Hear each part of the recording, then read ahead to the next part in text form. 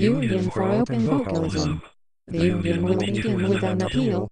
If the present text is vocalized by the receiver, and that the receiver, in that vocal action, is aware of the sound of its voice, is aware of the sound of its vocal, Union for Open Vocalism will create a platform for a common study in what is vocal. The study will treat its subject in the broadest sense possible, the vocal phenomenon and the use of voice organs to produce sound.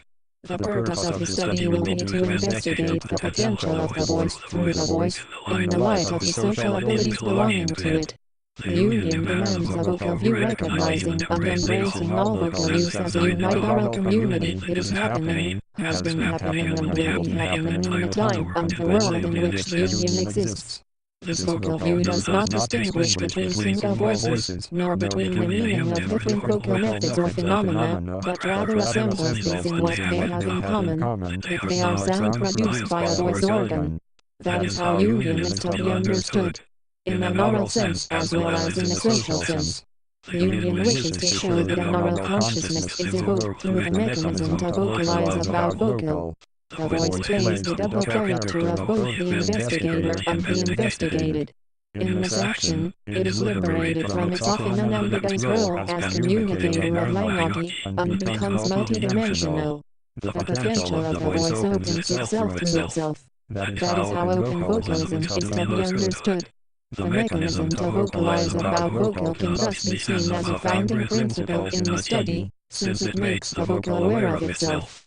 This does not mean, though, that the union wishes to dwell herein. The founding principle is used as a catalyzer for the open vocalism as a method with which issues are being digested and treated.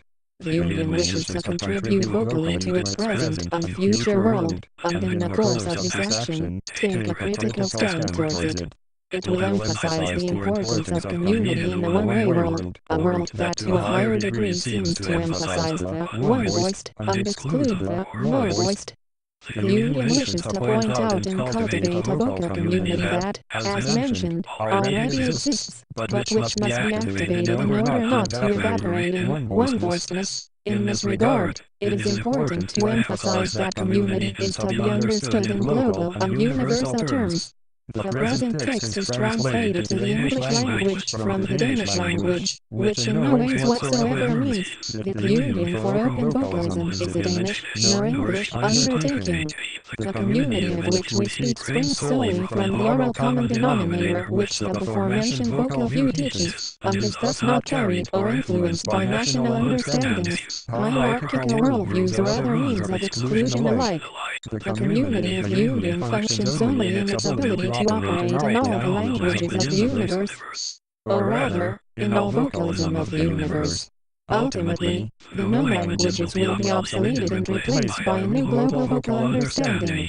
Union for Open Vocalism will create platform for a study that works towards such an understanding. What follows is a series of issues that will perhaps enlighten the thoughts above in a slightly more practical manner. They are examples of obvious vocal investigations for the union to begin. Issues that, as soon as they are vocalized, evoke the open vocalism. The issues overlap one another. Speech and song are vocal phenomena, both equally inexhaustible worlds in themselves. The distinction between the two phenomena naturally holds a practical lingual function, but the union could ask if the distinction actually exists. Whether it could be argued that the two phenomena are alike in their essence, and whether it would be fertile to think of, and use the phenomena in such a way, that one sings when one speaks, that one speaks when one sings, that one vocalizes when one vocalizes.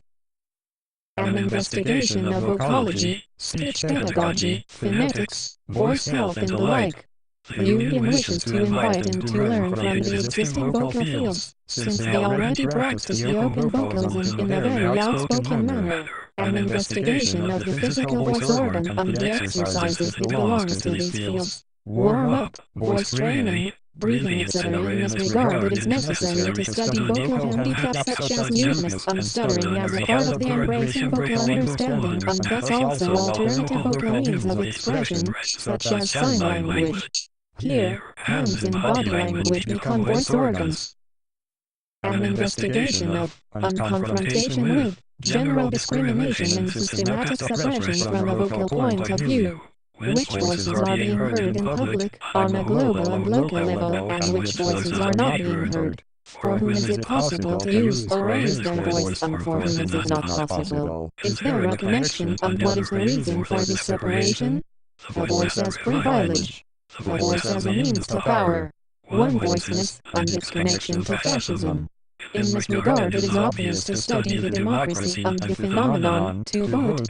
Is the democracy of today really listening to all voices? An investigation of low-voiceness as social tool, community singing and vocalizing together. Do these social phenomena exist in the world of today? Where and how do they function? What effect does it have? For instance, when song and music is being downgraded in the schools of the world. Is community singing dying? And if so, is the dying a song in itself? An investigation of synthetic voice technology and its potential. The Union could ask, are we the last human generation dependent on the physical voice organ in order to express ourselves? Do we live in the last vocal era? Or will the future be hypervocal? An investigation of what a voice organ can be and will become. An investigation of commercial, musical vocal use and what effects this has on the listener. Popular music seems, in general, to emphasize one single voice, the star, the soloist, as the unreachable idol that sings from a pedestal down to the masses. The idea that the masses can only dream of singing like the soloist, but will never be able to realize this dream, to mirror oneself in the soloist. How does this vocal use support the capitalist ideology which the music arises from? In this regard it is obvious to study the phenomenon, to sing along with the song. A confrontation with the lingual idea of being able to vocalize well or badly, to sing falsely or correctly. This idea seems often to separate voices in a kind of hierarchy and to stop people from vocalizing at all, since their voices are being associated with the negative adjectives. The same goes for the opposite, which often leads to exactly one-voiceness. An investigation of non-human vocal and a confrontation with the lingual concept of animal sounds. As a part of the universal vocal view, it is essential that the union embraces all vocal life, and therefore it cannot write off animals as being less vocalizing than the human, simply because the languages of the animals are beyond the human understanding.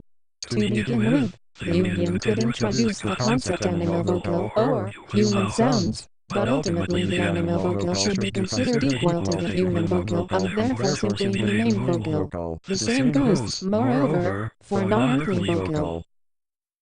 The list can be continued and the subjects distorted, twisted and looked at from an endless amount of angles. The receiver of the present text will perhaps have the feeling that the union still does not manifest itself particularly practical, that it is only a thought experiment, or that the ambition simply is to lie. That is an obvious critique, a critique which the union must consider in order not to evaporate in daydreaming. If the vision is to live it must be born and have food, which is why concrete action is needed. Therefore, the union wishes finally to mark an initiative which will become effective with the release of the present text. onevocalism@gmail.com. This email address has been created and the union invites everyone to contact it in order to vocalize about, criticize or suggest anything for the future life of Union for Open Vocalism. Since the union is vocal and not textual, the mail is to be considered as an organizational creator of contact. Hereafter, vocal togetherness can begin. Contributions which relate to, or document open vocalism, sound recording for instance, will be used in the creation of archive for open vocalism. No commitment follows and every approach is welcome. Since the internet is not a privilege that belongs to everyone, the appeal will be, first and foremost, according to the foundation of the union, always to organize oneself vocalistically. The union suggests, to its present and its future, that we openly vocalize our world, and that we, in the course of action, are being conscious of the sound of our voices, are being conscious of the sound of our vocal.